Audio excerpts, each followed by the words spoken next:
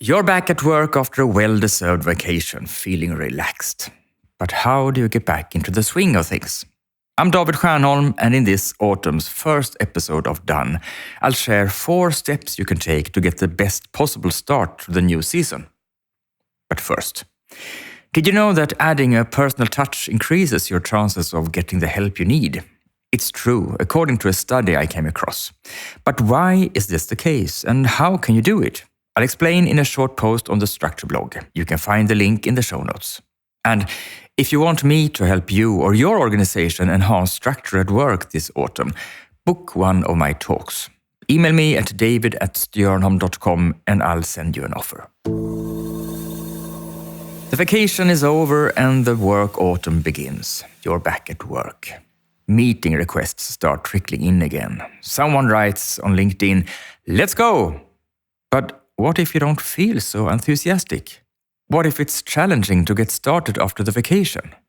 At this time of year, I'm usually eager to get work things done, while also feeling slow and reluctant at the same time.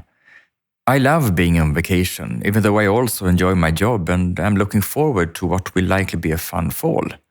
Since time moves relentlessly, I prefer to get up to speed quickly and get into the high pace of autumn. So, what to do? Well, mention the problem that the excellent structure doesn't solve. A systematic step-by-step approach helps me and you, if you can relate, to get going. Do this. First, ask yourself why it feels sluggish. There's a natural and understandable reason, which is not that you are bad and should be better. If you find a specific cause, take the first step to solve it immediately. Is it a difficult conversation you know you need to have that's weighing on you? Make the call now. Is it an unpleasant task clouding your mind? Do the smallest thing you can to start getting it done. Are you afraid that this fall will be like last spring? Come up with one detail in your planning to do differently starting now. If the reason is simply that you had a nice vacation and need energy to get going, choose a task from your to-do list that will give you just the kind of stimulation you need.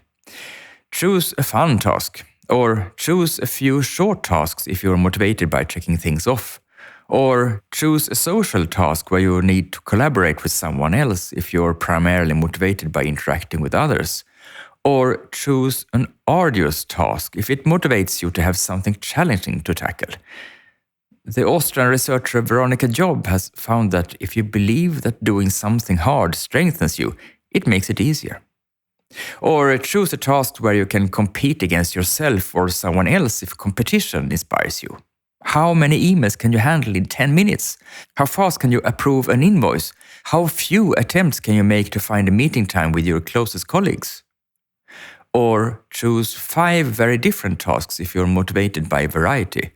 Or choose a task that clearly contributes to one of your long-term goals if the bigger picture motivates you and you're struggling to get started with the thought, what's the point? And if you're still not in gear after this, go back to step 1. Even a veteran outboard motor may need a few tries before it starts. Because if you try to find why you're struggling to get started after a vacation and take at least one step to fix it, you'll surely get up to the pace you desire for the autumn.